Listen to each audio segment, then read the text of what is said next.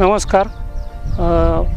माझे रोप माझी जबाबदारी या योजनेअंतर्गत माननीय धैर्यशील पाटील उपवनसंरक्षक साहेब यांच्या मार्गदर्शनातून आम्ही स्थानिक प्रजाती जे रोपं आहेत याची यावर्षी लागवड करण्याची संकल्पना ठरवलेली. त्यानुसार आपल्या धर्मामध्ये सर्व धर्मामध्ये प्रत्येक वृक्षाला म्हणजे हिंदू धर्मामध्ये तुळस, बेल, औदुंबर, वड, आंबा, त्याचप्रमाणे बौद्ध धर्मामध्ये पिंपळ, साल, वड, जांभूळ, खिरणी, ख्रिस्ती धर्मामध्ये खजूर, तुती, मेंदी, अंजीर, कोरफड असे वृक्ष आहेत. त्याचप्रमाणे ईसाई धर्मामध्ये खजूर, बोर, डाळिंब, अंजीर या प्रकारचे, द्राक्ष या प्रकारचे वृक्ष आहेत.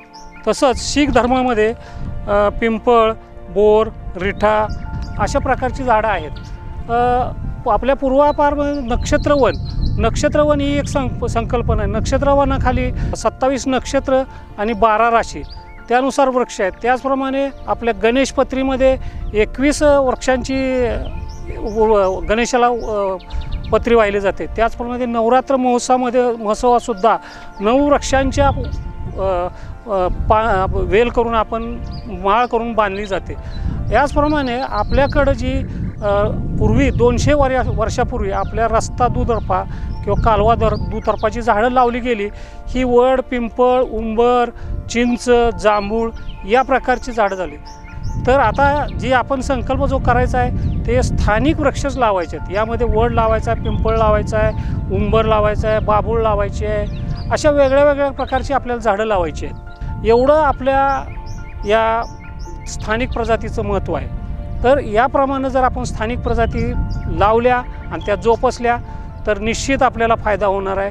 आणि या कोरोनाच्या काळामध्ये आपल्याला वृक्षांचं महत्त्व कळलं आहे, ऑक्सिजनचं महत्त्व कळलं आहे. आता ऑक्सिजनसाठी माणसं मरायला लागलेत, पण आपल्याला एवढे वृक्ष फुकट आपल्याला ऑक्सिजन देत आहेत. तर याची जपणूक केली पाहिजे आणि स्थानिक वृक्ष लावले पाहिजेत. आता लोकल प्रजाती, स्थानिक प्रजाती म्हणजे नेमकं काय? तर स्थानिक प्रजाती म्हणजे परंपरेनुसार या आपल्या भागामध्ये ज्या पूर्वीपासून आपण अवतीभोवती झाडं पाहतो, वृक्ष पाहतो तेच. सोलापूर जिल्ह्याचा विचार केला तर चिंच, खैर, बोर, बाभूळ असे अवर्षणग्रस्त प्रदेशातील वृक्ष संपदा इथे भरपूर मोठ्या प्रमाणात आढळते. आता ही लोकल प्रजातीच का? तर त्याच्यामागे देखील एक छोटंसं गणित आहे. थोडक्यात आपण एखाद्या विलायती प्रजातीला संगोपन करण्यासाठी जेवढं खत, पाणी किंवा मेहनत घेतो त्याच्या जवळजवळ अर्धापट मेहनत ह्या स्थानिक प्रजाती जगवण्यासाठी लागते. आणि ह्यांचे संरक्षण देखील खूप सोपे आहे. मग आपण सर्वांनी खूप मेहनत, खूप कष्ट हे न घेता कमी कष्टामध्ये आणि ज्या औषधी वनस्पती किंवा लोकल प्रजाती ज्यांचा खूप फायदा आजपर्यंत आपल्याला झाला आहे त्यांना लावलं पाहिजे असं मला वाटतं. एक छोटंसं उदाहरण देतो.